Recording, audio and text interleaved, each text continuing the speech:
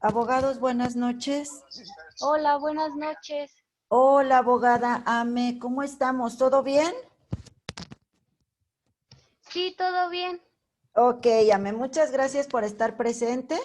Y en esta sesión daré las instrucciones precisas para nuestra evaluación próxima, para nuestra evaluación de este cuatrimestre y en lo que corresponde a nuestra materia estructura del Estado. Ok, quiero iniciar con esa parte.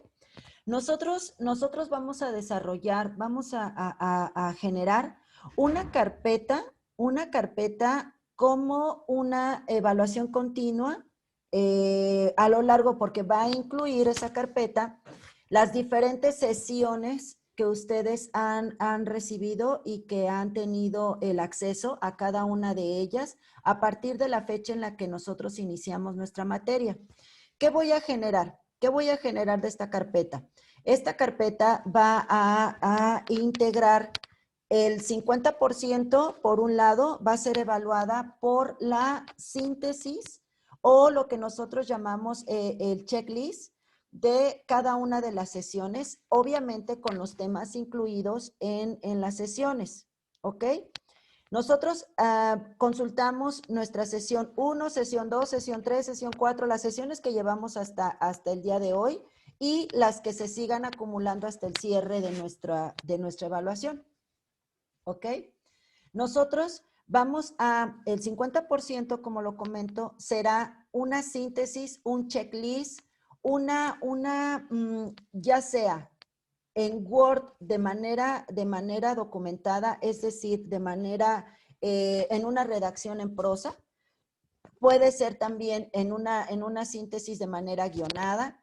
El punto es hacer una síntesis de cada una de las sesiones con los temas que incluimos en cada una de las sesiones. ¿Ok? Esa sería la primera parte de nuestra carpeta. La segunda parte de nuestra carpeta va a incluir dos organizadores gráficos como mínimo, dos organizadores gráficos, los que sean de tu elección. Vas a desarrollar dos organizadores gráficos por sesión derivado de los temas o rubros que hemos manejado en cada una de las sesiones, ¿ok? Hago mi síntesis y de la misma sesión voy a generar dos organizadores gráficos con la información de mi sesión, con los temas que se abordan en cada sesión, ¿ok? Vamos a hacer esta carpeta la vamos a integrar de manera que va a ser titulada como sesión 1, síntesis, la desarrollo. Ahí, en ese apartado de la síntesis, voy a generar también investigación documentada o investigación fundamentada si el caso lo amerita, ¿ok? Voy a nutrir esa síntesis, voy a nutrir ese resumen, si así lo quieres llamar, con investigación propia, investigación de cada uno de ustedes. Voy a agregarle investigación, llámese fundamentada, llámese documentada, a la parte de la síntesis. En la parte de organizadores gráficos le puedo mencionar sesión 1, temas, lo que abordamos, ¿no? Ahí tema, conceptos generales, concepto de estado. Si en la sesión 1, en la sesión 2, 3, en la que se haya generado, se manejó un tipo de cibergrafía, entonces también puedo volver a invocar en esa síntesis el desarrollo de la cibergrafía. Todo lo que se manejó en las sesiones es material para generar mi carpeta, ya sea en el primer rubro que va a contar el 50%, que va a ser síntesis e investigación documentada o fundamentada, y el otro 50 van a ser dos organizadores gráficos como mínimo por sesión. Si yo quiero hacer tres organizadores gráficos, son diferentes los organizadores gráficos. Si en la parte del 50% de organizadores gráficos, ahí yo voy a generar esos organizadores ya con la información tanto de la sesión como de mi síntesis y de mi investigación que le estoy agregando a mi síntesis. En la cuestión de organizadores gráficos se vale de tu libre albedrío. Si yo le quiero generar un mapa conceptual, si le quiero generar un sinóptico, un mapa mental, una cuestión, el organizador que tú prefieras. Comentábamos en las sesiones anteriores, en la sesión anterior, que las actividades de evaluación o las actividades que van a dar la calificación a nuestra materia son de retroalimentación. Son de retroalimentación. Ya vi mi sesión, ya entendí mi sesión, ya capté el material y los conceptos manejados en mi sesión, genero mi evidencia, ¿ok? Sesión 2, y así vamos a separar nuestra carpeta por sesiones para que sea súper entendible el manejo de nuestra carpeta digital. ¿Qué rubros o qué elementos voy a considerar para la evaluación? Tu carpeta digital va a llevar una portada, tu carpeta digital va a llevar una introducción y esa introducción va a ser general de la materia. En esa introducción puedes manejar una reflexión, puedes manejar dónde ves aplicada la materia. Tú le das una introducción, ¿ok?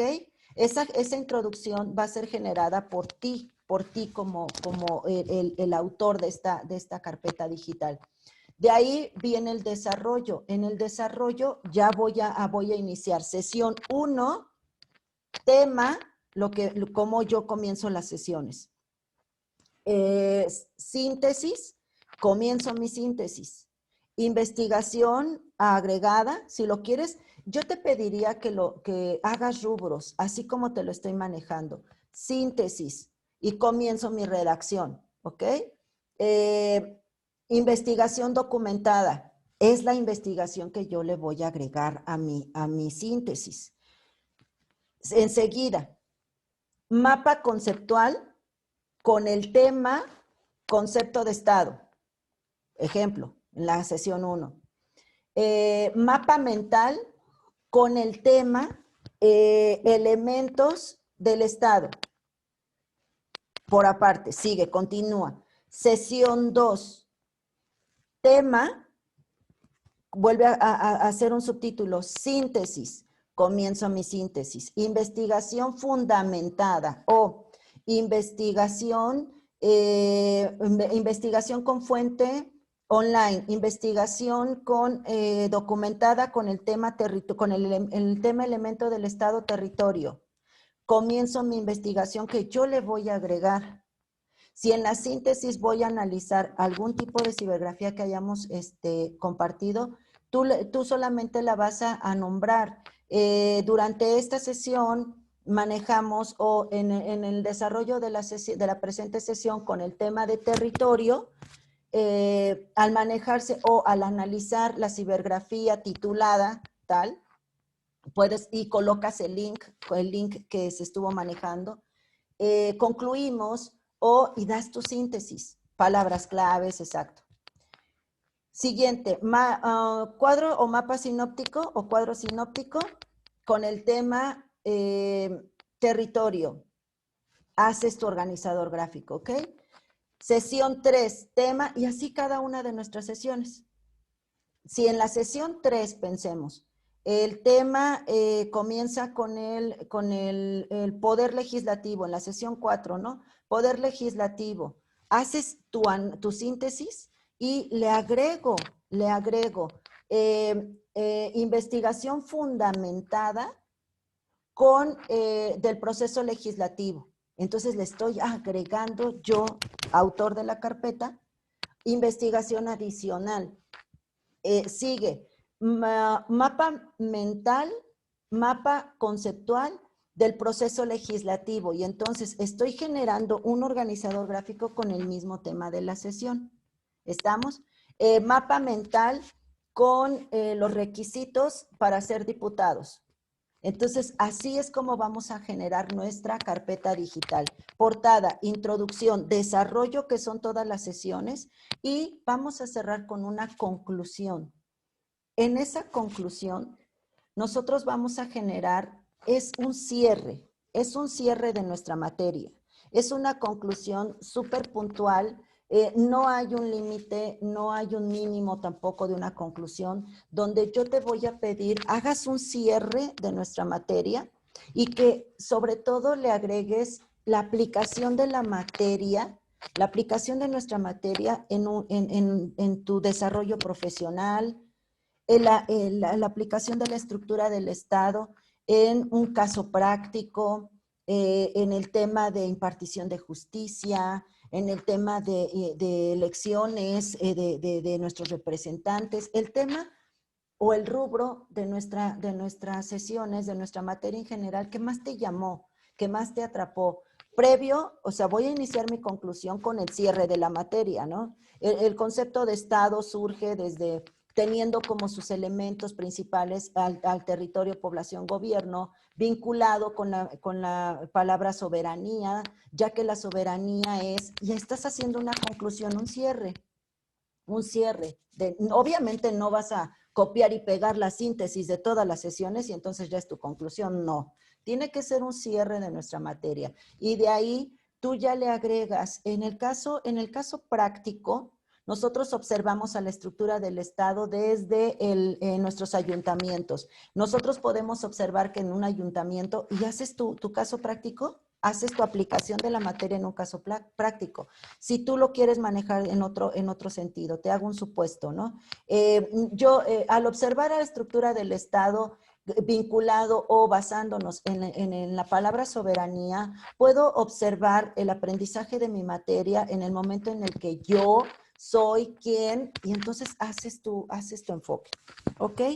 Esta parte, todas estas especificaciones, les voy a aperturar la actividad, en la plataforma y que esta actividad yo se las aperturo y que la pueden, no es que la suban en fases, no es que la suban en partes. Nosotros vamos a considerar una carpeta digital completa, una carpeta digital entera. Nosotros vamos a hacer la fecha de nuestra entrega de la carpeta, una sesión antes de nuestro cierre de cuatrimestre. Una sesión antes de nuestro cierre de cuatrimestre debe estar integrada nuestra carpeta para que en la semana de cierre nosotros estemos evaluando el material entregado. ¿Ok? Es con todo lo que les acabo de comentar, con esas especificaciones, esas instrucciones, yo así es como se las voy a describir en la plataforma. Las sesiones ustedes ya las tienen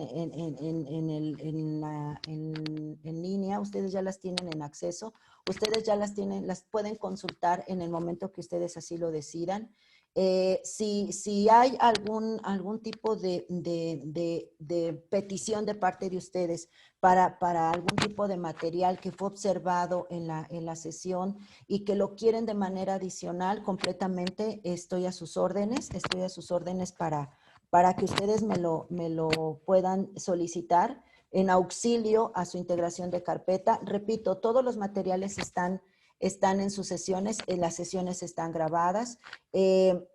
Voy a recibir esa carpeta, voy a analizar esa carpeta con esas especificaciones, portada, introducción, desarrollo, conclusión. ¿Cómo voy a evaluarla? 50% la síntesis con investigaciones adicionales, ya sea documentada o fundamentada, y con 2 organizadores gráficos mínimo por sesión. Va a ser un 50-50. ¿Hasta qué sesión? Sería hasta la sesión penúltima sesión que nosotros tengamos antes de la semana de evaluación, antes de que nosotros cerremos nuestro cuatrimestre. Entonces, voy a aperturar la entrega. Si hay que dar una fecha dentro de la plataforma, se las marcaré ahí mismo. De lo contrario, se los estoy expresando en este momento. La entrega es para el miércoles, que es cuando nos encontramos. Vamos a darle hasta el día viernes. Nosotros le damos hasta el día viernes de nuestra semana previa a la última semana de nuestro cuatri. ¿Ok? Voy a fechar exactamente en la plataforma cuál es el día de la entrega, pero se los estoy anunciando desde este momento para que ustedes ya lo vayan elaborando, lo vayan preparando. ¿Cómo entrego mi carpeta? La pueden entregar en Word y la pueden entregar en PowerPoint, como a ustedes se les haga más fácil el uso de las herramientas digitales. Lo puedo hacer en Word, lo único que sí te pido, tanto en Word como en PowerPoint, que lo hagas de manera en rubros, ¿no? Que sí me lo dividas, que no inicie desde una letra y se vaya todo, y que lo único que diferencie de una letra a la otra letra sean nuestros organizadores gráficos, no. Es introducción, portada, después introducción, le das la introducción a la materia. Siguiente, sesión 1, temas vistos o temas, tal, síntesis, comienzo mi síntesis, redacto mi síntesis. Posterior, investigación fundamentada sobre la sesión 1, agrego mi investigación fundamentada o documentada. Recuerda que fundamentada significa con la ley. Entonces, tu investigación que vas a adicionar será la constitución política. Si tú tienes una ley aplicable secundaria, bienvenida sea. Si quieres hacer únicamente investigación documentada, la fuente puede ser una bibliografía en línea. Si vas a agregar investigación bibliográfica, cítanos la fuente y de ahí mapa conceptual de la sesión 1 con el tema concepto de derecho. Y agrego toda esta parte, así es como vas a funcionar con tu carpeta. Y yo espero, Ame, si me estás escuchando, si te queda clara las instrucciones, si hay alguna duda, con todo gusto la podemos disipar en este momento. Y de lo contrario, doy inicio a nuestro tema del día de hoy. Nosotros cerramos nuestro poder legislativo con todo lo que integramos de poder legislativo. Recordemos, nuestro poder legislativo comienza con en nuestro artículo 50 de la Constitución Política de los Estados Unidos Mexicanos, y nuestro poder legislativo incluyó tanto la función, las facultades, las atribuciones, todo lo respectivo a esta creación de leyes, creación de decretos, y si hemos de dar algún tipo de cuantificación en cuanto a números, en cuanto a nomenclatura de constitución, nuestro poder legislativo abarca desde el artículo 50 hasta el artículo 79 de nuestra constitución. Ahí recordemos, nuestro poder legislativo, nuestro poder ejecutivo, nuestro poder judicial se encuentra dentro de la parte orgánica de la Constitución. Parte orgánica significa organización del Estado, organización de nuestro país llamado México, ¿ok? Recordemos, la Constitución Política de los Estados Unidos Mexicanos se divide en dos partes, la parte orgánica y la parte orgánica. Dogmática es del artículo 1 al artículo 29. Del artículo 1 al artículo 28, 28 garantías constitucionales, siendo el caso que en el artículo 29 es la suspensión. Marca los elementos y rubros por los cuales se puede dar la suspensión a nuestras garantías constitucionales. Todas esas garantías constitucionales forman la parte dogmática de la Constitución. Del artículo 30 en adelante, hasta el último artículo de nuestra Constitución, hasta el artículo final de nuestra Constitución, marca la parte orgánica de nuestra Constitución, la parte de organización de nuestra Constitución. Dentro del artículo 30 al artículo final, podemos observar que en el artículo 50 marca el inicio de nuestra fundamentación poder legislativo, repito, hasta el artículo 79, ¿ok? Para dar paso a nuestro poder ejecutivo, nosotros vamos a marcar desde el artículo 80. Para esto, comparto pantalla con ustedes, recordando juntos, ahí está, recordando juntos, listo. Recordando juntos que nuestro hermoso y maravilloso poder ejecutivo se encuentra en el capítulo 3 del mismo título que venimos manejando en nuestra Constitución, que son los poderes de la Federación. Nuestro poder ejecutivo, recordemos que tiene una función. Su función principal es la de la administración pública del Estado. Todo lo que tenga que ver con una administración pública del Estado, esa va a ser depositada y va a ser la función principal de nuestro Poder Ejecutivo. Recordemos, Constitución Política de los Estados Unidos Mexicanos es en un nivel federal. Poder Ejecutivo, ¿quién es el representante de nuestro Poder Ejecutivo en la Federación? Es nuestro presidente de la República. Nuestro titular del Poder Ejecutivo, nuestro presidente de la República vigente es el señor Andrés Manuel López Obrador, ¿ok? De ahí que nuestro Poder Ejecutivo, teniendo como la función la administración pública en nivel federal, es AMLO. De ahí, nuestro Poder Ejecutivo, nuestro representante del Poder Ejecutivo, nuestro administrador público, pero del Estado como entidad, y nuestra entidad es el Estado de México, es el señor gobernador Alfredo del Mazo Maza. Si de ahí nos vamos a un ámbito municipal, representante del Poder Ejecutivo en nuestra esfera municipal, significa entonces que es nuestro presidente municipal del municipio en el que tú te encuentres, ¿ok? En el mío, que es Pueblo Mágico y Virreinal, Patrimonio de la Humanidad por la UNESCO, y Pozotlán, nuestro Poder Ejecutivo se encuentra depositado en la señorita presidenta, la señora presidenta María de los Ángeles Zupa. Ella es la representante del Poder Ejecutivo en mi municipio, que es Pozotlán. Ahí repito, ¿qué presidente, en qué municipio te encuentras para saber quién es el titular del Poder Ejecutivo? ¿Ok? Ahí está, federal, estatal y municipal. AMLO, el gobernador, que es Alfredo del Mazo, y el presidente municipal, sea el municipio en el que te encuentres.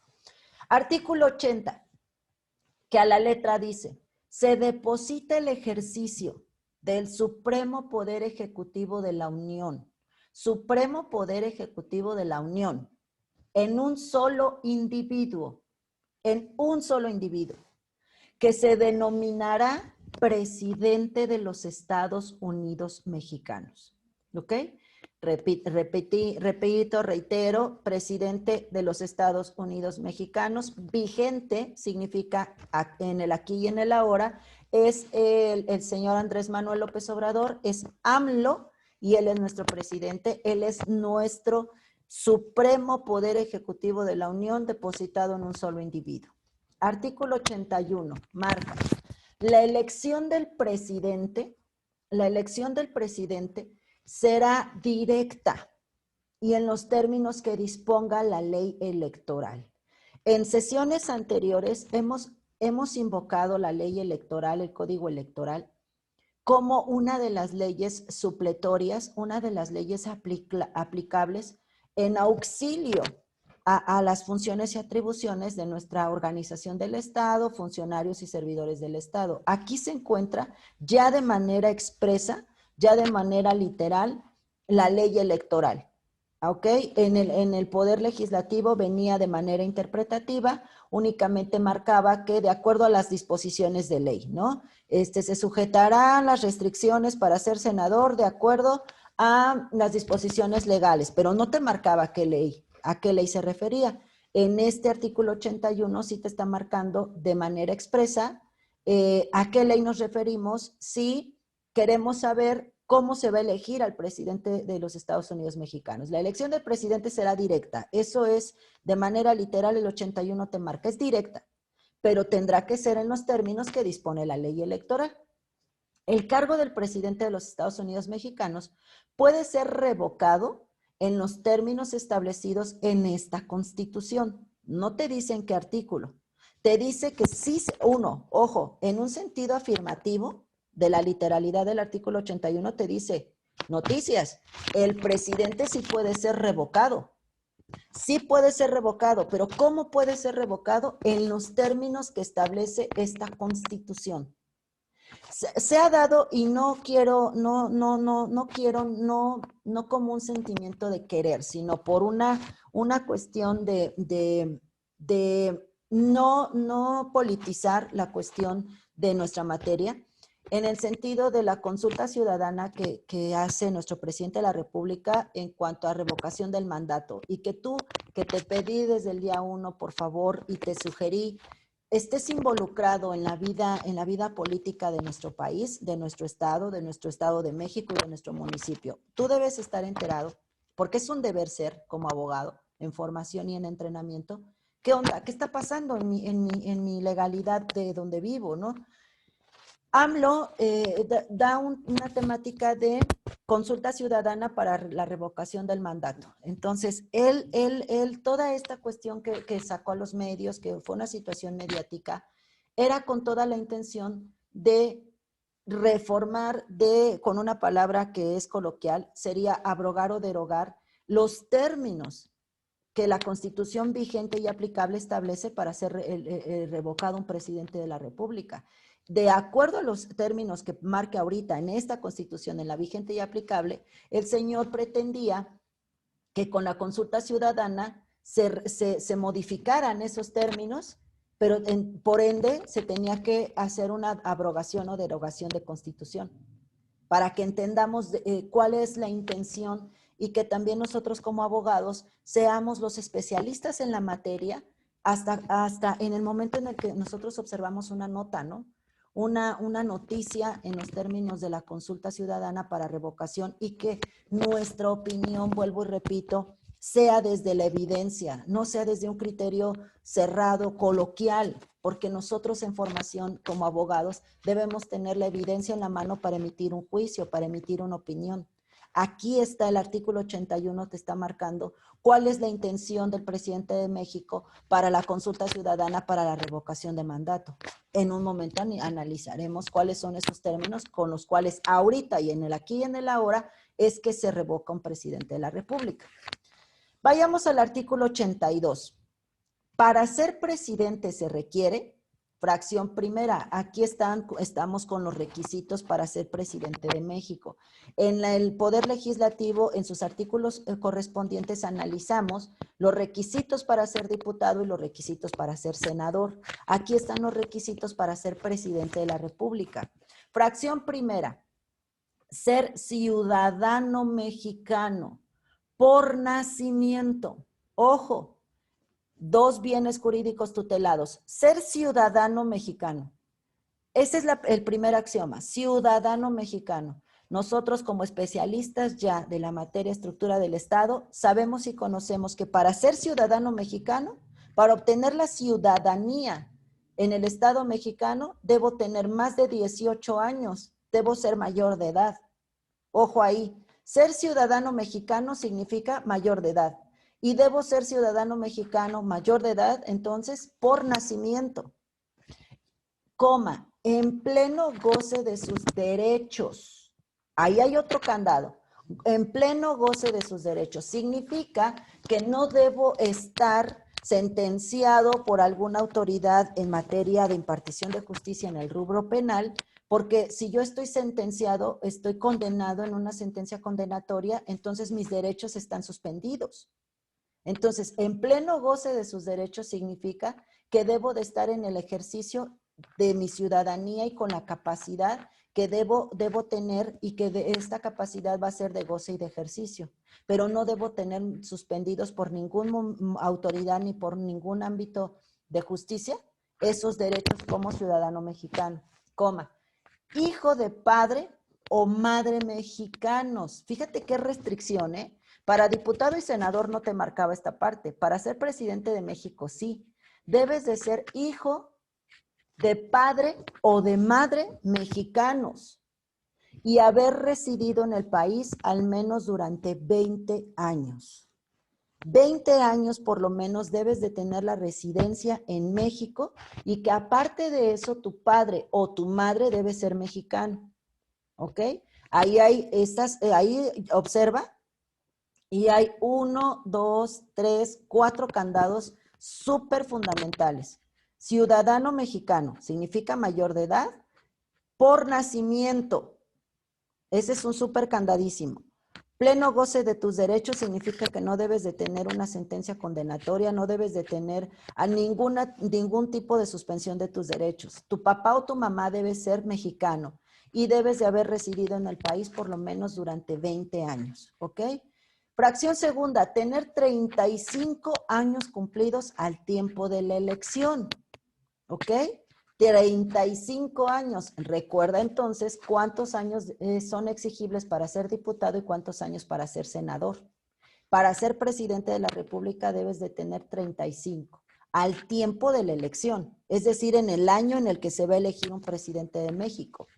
Fracción tercera, haber residido en el país durante todo el año anterior al día de la elección. La ausencia del país hasta por 30 días no interrumpe la residencia, ¿ok?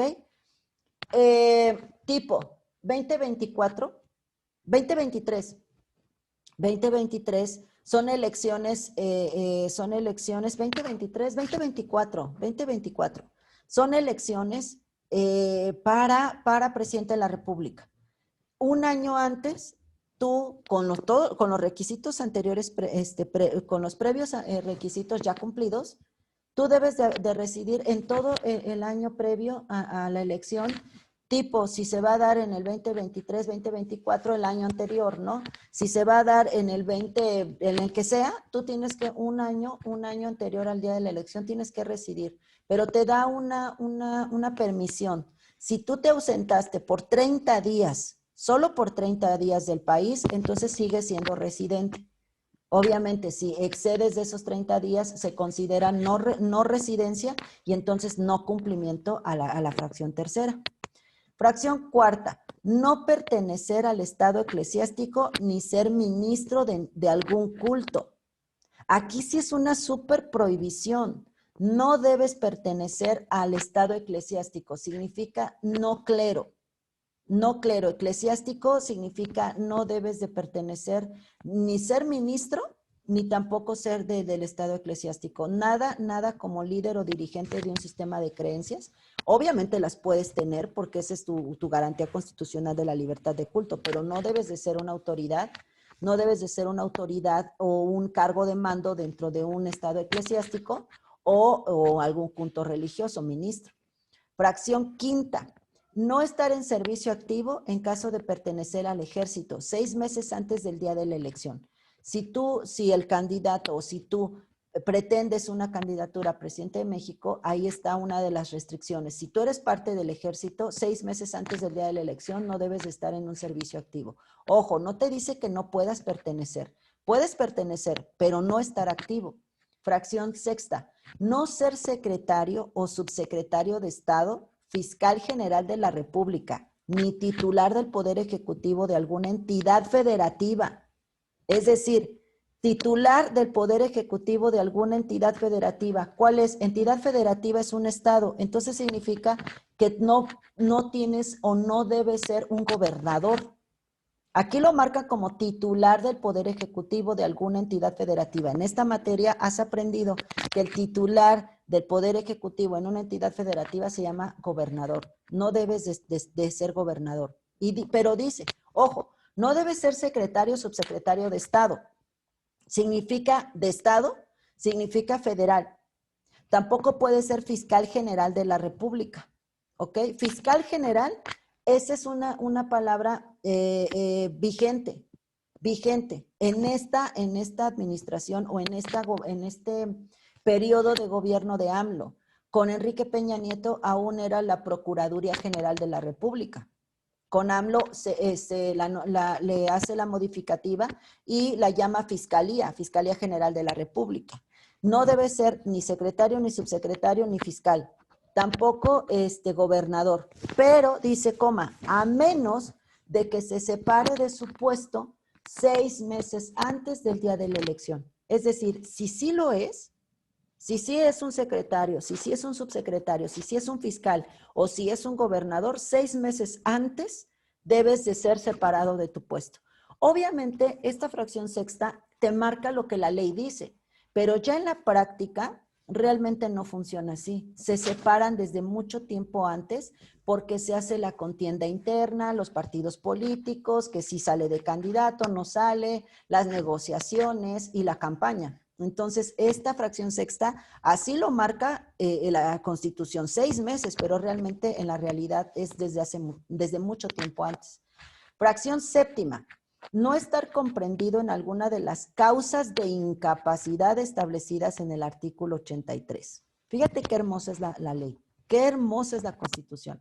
En el 82 te marca, estos son los requisitos para que tú te candidates o para que pretendas ser electo como un presidente de la República, para que puedas ser un candidato a presidente de la República. Ya te marcó cuáles son los requisitos, pero te cierra el séptimo, donde a la literalidad de la ley te dice, para ser candidato a presidente de la República no debes entrar en una de las incapacidades que establece el 83. Veamos cuáles son. El presidente entrará a ejercer su encargo. Aquí está la periodicidad. En el Poder Legislativo también analizamos con la ley en mano cuál es el periodo de gobierno de un diputado y cuál es el periodo de gobierno de un senador. Esto te lo estoy haciendo en retroalimentación para que lo consideres en tu carpeta, ¿ok? Y si hay periodos en donde se pudiera reelegir un diputado, reelegir un senador. A ver, el presidente de la República, ¿en qué momento ejerce su cargo? Su encargo comienza el 1 de octubre y durará en él 6 años. 6 años. ¿Cuántos años gobierna un presidente de la República? 6 años. Eso tú lo sabes hasta por cultura, ¿no? Por información desde pequeño en tus lecciones de civismo, educación cívica, que dura 6 años un presidente. Ya abogado, abogada, ya tienes el fundamento legal, artículo 83. Ahí está la periodicidad de un presidente de la República. Punto y seguido.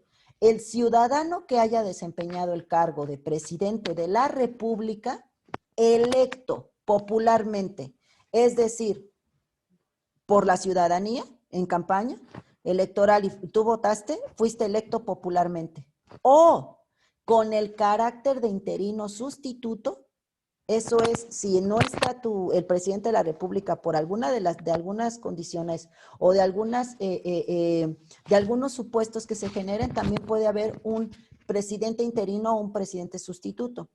Dice, o el presidente que asuma provisionalmente la titularidad del Ejecutivo Federal en ningún caso y por ningún motivo podrá volver a desempeñar ese puesto.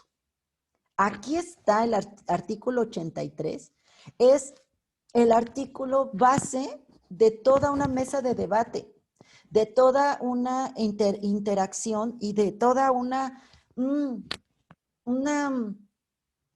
mesa de discusión por la literalidad del artículo 83. Un presidente que va a gobernar del 1 de octubre y 6 años no puede desempeñar ese puesto. Y esto tú lo has visto en las noticias, lo has visto con los políticos. Si tienes acceso a esas informaciones, yo te invitaría a que lo hagas. Comparte la política, erradiquemos esa afirmación de a mí la política no me gusta, la política es de hipocresías, la política todos rateros, la política, no seas una persona que emite un comentario borrego, perdón por la expresión, pero emite un juicio. No es que te guste o no la política, es que política es parte de nuestra vida, política es parte de nuestro escenario y mucho más como abogados. A ver, diferente es que no te guste la política, a diferente que tú participes en política. Gustarte no es la palabra, y esa palabra tú la encuentras en mucha gente, en mucha ciudadanía. Es que a mí a mí no me gusta la política. Es que no es que te guste. Gusto que te guste la fresa, que te guste el durazno, esos son gustos. Pero la política no es de gustos. La política es un rubro integral de tu desarrollo humano, como ciudadano, como persona. No es de gustar, es de involucrarse, es de informarse. Si no te quieres involucrar, es bien respetable tu decisión, pero infórmate. Aquí el artículo 83 es el artículo por el cual AMLO también tiene esas consultas ciudadanas, y que estoy hablando de AMLO no por el partido político, no porque estemos a favor o en contra, sino porque es en nuestro actual presidente de la República. Habla de la reelección. Aquí en el artículo 83 habla de lo que, y es el fundamento legal constitucional de sufragio efectivo, no reelección. Aquí está. Consulta ciudadana, que se reelija el presidente, que se reelija porque el artículo 83 da una de las prohibiciones o incapacidades, ¿ok? Si se da una consulta ciudadana, se aprueba y se hace todo un procedimiento legal y se abroga o deroga el artículo 83, entonces sería en su última frase, en su última línea, ¿no? Y por ningún motivo podrá volver a desempeñar ese puesto, significa, aquí es totalmente literal, que por ningún motivo podrá volver a desempeñar ese puesto. Si ya fuiste presidente, no vuelves a ser presidente. Este es un tema del cual podemos entrar en una mesa de debates súper bien válida, bien sana, para que nosotros seamos quienes interpretemos el artículo 83 y su aplicación en el mundo actual. Artículo 84, fíjate, el 83 se quedó únicamente con esas incapacidades. En la fracción séptima te dice que uno de los requisitos es no estar en una incapacidad del artículo 83. ¿Y cuáles son las incapacidades del artículo 83? Que ya hayas sido presidente de la República, ¿no? No está hablando de otra mayor incapacidad, que no sea que ya hayas desempeñado tu cargo. Artículo 84. En caso de falta absoluta del presidente de la República, en tanto el Congreso nombra al presidente interino o sustituto, lo que deberá ocurrir en un término no mayor a 60 días. El secretario de Gobernación asumirá provisionalmente la titularidad del Poder Ejecutivo. Aquí te está marcando. Falta absoluta del presidente de la República. Absoluta es una palabra súper directa, es absoluta. Podremos hablar de la muerte de un presidente de la República. ¿En qué otro caso llega a tu mente una falta absoluta? Por un cargo, por una prisión, por una sentencia condenatoria de privación de la libertad. Es una falta absoluta.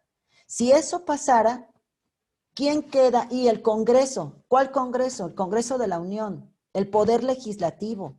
Congreso nombra al presidente interino o sustituto. Ojo, interino o sustituto. Son dos figuras. En 60 días, no mayor a 60 días, y en ese periodo, el secretario de Gobernación asume provisionalmente la titularidad del Poder Ejecutivo. Ojo, titular del Poder Ejecutivo, no presidente de la República. Dice titular del Poder Ejecutivo y se llama presidente interino o presidente sustituto. Punto y seguido. En este caso, no será aplicable lo establecido en las fracciones 2, 3 y 6 del artículo 82 de esta Constitución. Regresemos. Si es el caso en que el secretario de Gobernación está como provisional del titular ejecutivo, no se aplican la 2, la 3 y la 6. Regresemos. La 2 te marca tener 35 años cumplidos. La 2 habla también, me regreso, la 2, la 3, haber residido en el país durante todo el año anterior al día de la elección, es decir, la residencia. Y la 6, no ser secretario o subsecretario de Estado. No aplican, porque entonces estaríamos en contravención, porque la 6 te dice que no debe ser un secretario de Estado, y el secretario de Gobernación es un secretario de Estado. Entonces, solamente en esos casos no se aplica la 2, la 3 y la 6. Dice, quien ocupe provisionalmente la presidencia no podrá remover o designar a los secretarios de Estado sin autorización previa de la Cámara de Senadores. Fíjate, qué importante es esta, o cuál es la atribución de importancia de que los senadores, regresemos, senadores representan a los estados. Si es el secretario de Gobernación y está provisionalmente como titular del Poder Ejecutivo, él no llega y remueve al secretario al secretario de Energía, al secretario de Relaciones Exteriores. Tú ya no, te remuevo de tu cargo y designo a este. No, no sin la previa autorización de la Cámara de Senadores. Entonces significa que sí lo hace, sí tiene la facultad de hacerlo, pero esa facultad se genera o se lleva a cabo con la autorización de la Cámara de Senadores, no con su sola designación y asignación. cosa que sí tiene esa facultad el presidente de la República. Obviamente sí también con la autorización de Poder Legislativo, pero el punto aquí es que no es que llegue un secretario de gobierno por una ausencia absoluta y despida y contrate a la gente. Sí, no lo autoriza la Cámara de Senadores. Dicen, asimismo, entregará al Congreso de la Unión un informe de labores en un plazo no mayor a 10 días, contados a partir del momento en que termine su encargo. ¿Ok? Ya fui provisional, termino mi titularidad provisional y entrego al Congreso de la Unión un informe de labores en un plazo de no mayor a 10 días, en el momento en que terminé mi interinato. Cuando la falta absoluta del presidente ocurriese en los 2 primeros años del periodo respectivo, si el Congreso de la Unión se encontrase en sesiones y concurriendo cuando menos las 2/3 partes del número total de los miembros de cada Cámara, se constituirá inmediatamente en colegio electoral y nombrará en escrutinio secreto y por mayoría absoluta de votos un presidente interino, en los términos que disponga la ley del Congreso, ¿ok? El mismo Congreso expedirá dentro de los 10 días. Estos ya son peculiaridades. Esto te lo comento para que entendamos cuál es la diferencia entre un presidente interino y un presidente sustituto. Es el tiempo. Si se da la revocación, se da se da la falta absoluta de ese presidente, pero ojo, si la falta absoluta de ese presidente se generó dentro de los 2 primeros años, él gobierna 6, pero si en los 2 primeros es que se da la falta absoluta, entonces Congreso de la Unión, si se encuentra en sesión, porque eso lo analizamos, o lo nombramos con el Poder Legislativo, los periodos de sesión del Congreso. Si se está en sesión, se genera entonces un cuerpo colegiado y se asigna a un presidente interino. Si entonces, por contrario sensu, si la falta absoluta del presidente se genera después de los 2 años, entonces ya se le llamará a presidente sustituto, no interino. Palabras claves, pero la diferencia es que es interino si es dentro de los 2 primeros años y es sustituto si es después de los dos primeros años, ¿ok? Artículo 85. Si antes de iniciar un periodo constitucional la elección no estuviese hecha o declarada válida, cesará el presidente cuyo periodo haya concluido y será presidente interino el que haya designado el Congreso en los términos del artículo anterior. Esto es cuando impugnan la elección, cuando se dice que, no sé, el presidente de la República no ganó de manera legal y entonces se va a las autoridades electorales, shalala, shalala. Entonces aquí es donde te marca el 85, que es lo que se hace, ¿ok? Artículo 86. El cargo de presidente de la República solo es renunciable por causa grave que calificará el Congreso de la Unión ante el que se presentará la renuncia. Ojo aquí, en la historia, el acontecimiento más remoto que tengamos de la renuncia de un presidente es nula. Y ojo, si así fuese el caso, el 86 es claro en decir que la renuncia es por causa grave. Ojo también, causa grave, pues ¿qué es grave para ti? ¿Qué es grave para mí? ¿Qué es grave para un funcionario público, no? Por eso es que la va a calificar el Congreso de la Unión. El presidente de la República en función presenta su renuncia a ¿quién entonces? Al Congreso de la Unión. Y el Congreso de la Unión la va a calificar. Y si atiende a la causa grave, será procedente. De lo contrario, no es aceptada la renuncia de un presidente. Si aún así el presidente insiste en separarse de su cargo, ya se le fincan las responsabilidades de ley.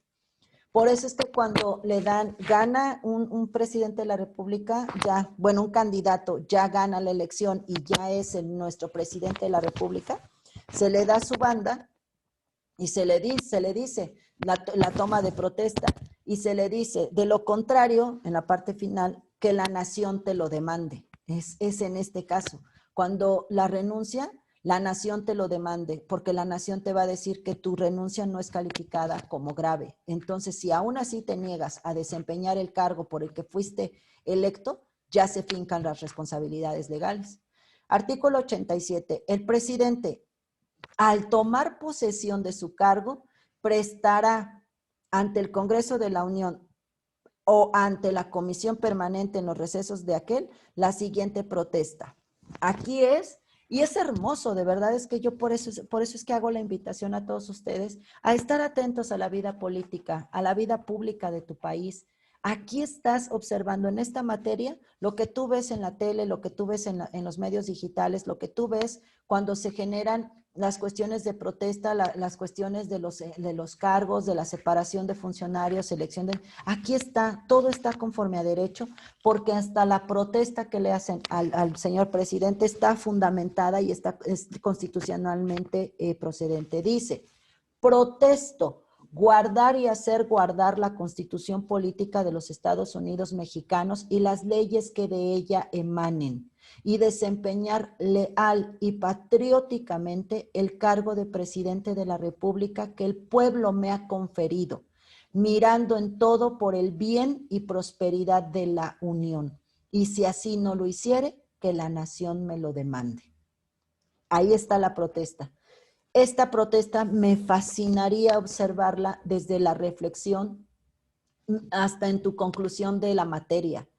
¿Cuál es tu opinión sobre esta protesta? ¿Qué estás observando? Lo que no está escrito en esa protesta, pero que lo está invocando. Dice, me comprometo a hacer guardar la Constitución Política, entonces significa que es nuestra Carta Magna. Y las leyes que emanen de ella, entonces te está afirmando que ninguna ley por encima de la Constitución, ninguna ley de aplicación es de materia, ninguna ley está por encima de la Constitución. Dice, desempeñar leal y patrióticamente el cargo de presidente de la República que el pueblo me ha conferido. Ahí está la palabra soberanía. Aquí es donde observamos, y ahí puedes hacer tu conclusión con tu reflexión.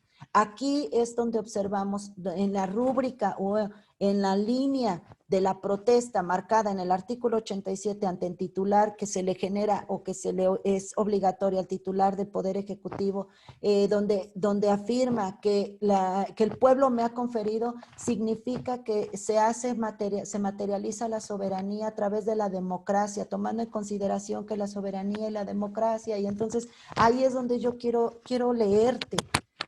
Quiero que tú te expreses en esa conclusión de esta materia y que puede venir hasta de la misma protesta. Te estoy dando algunas ideas. Mirando en todo por el bien. ¿Recuerdas nuestra primera sesión? Y si no, vas a atender nuestra primera sesión, nuestra segunda sesión, donde hablábamos que el fin de los poderes de la Unión, 3 poderes de la Unión, el supremo poder, es el bien común. Aquí está también. Mirando en todo por el bien y prosperidad de la Unión. Ahí encuentras de la Unión, entonces es la afirmación de nuestra República Representativa Federal. Y ahí también puedes hacer una reflexión en tu conclusión. Ya, y tomando en consideración que nuestra forma de gobierno en el artículo cual marca que nuestro México se encuentra constituido por una República Representativa Federal, toda vez que federal significa, y entonces ahí está otro ejemplo. Y si así no lo hiciere, que la nación me lo demande. Si por cualquier circunstancia el presidente no pudiere rendir la protesta en los términos del párrafo anterior, lo hará de inmediato ante las mesas directivas de las cámaras del Congreso de la Unión. Por temas de esa, aquí no te lo marca, pero dice por cualquier circunstancia, cualquiera, salud, personal, de seguridad, la que sea. En caso de que el presidente no pudiera rendir la protesta ante el Congreso de la Unión, ante la Comisión Permanente o ante las mesas directivas de las cámaras del Congreso de la Unión, lo hará de inmediato ante el presidente de la Suprema Corte de Justicia de la Nación. Aquí, otra vez, si por alguna circunstancia aún así no puede ante la protesta ante el Congreso, ante la comisión, lo va a rendir ante el presidente de la Suprema Corte de la Justicia de la Nación. Es decir, ya la hace ante el titular del Poder Legislativo o ante el titular del Poder Judicial. que es la Suprema Corte de Justicia. ¿Ok? Abogados, abogadas, voy a dejar la sesión hasta este momento. Tenemos pendiente el artículo 88, lo seguimos analizando. Artículo 89, facultades y obligaciones del presidente. Estas son 50,000. Nombraremos las más, ahí lo están observando. Todo lo que un presidente de la República tiene como facultad, todo lo que el presidente de la República tiene como atribuciones legales, ¿ok? Muchas gracias, gracias por su presencia. Yo espero haya quedado clara la instrucción de nuestra carpeta. De lo contrario, siempre a sus órdenes a través de nuestras asesoras y también de igual manera en nuestras sesiones que tengamos todavía pendientes por desahogar. ¿Ok? Muchas gracias, gracias a todos, gracias a AME, gracias por estar conectada y estamos encontrándonos en nuestra siguiente sesión. Buenas noches. Gracias, Miss, a usted. Que descanse. Buenas noches. Gracias, abogada. Buenas noches.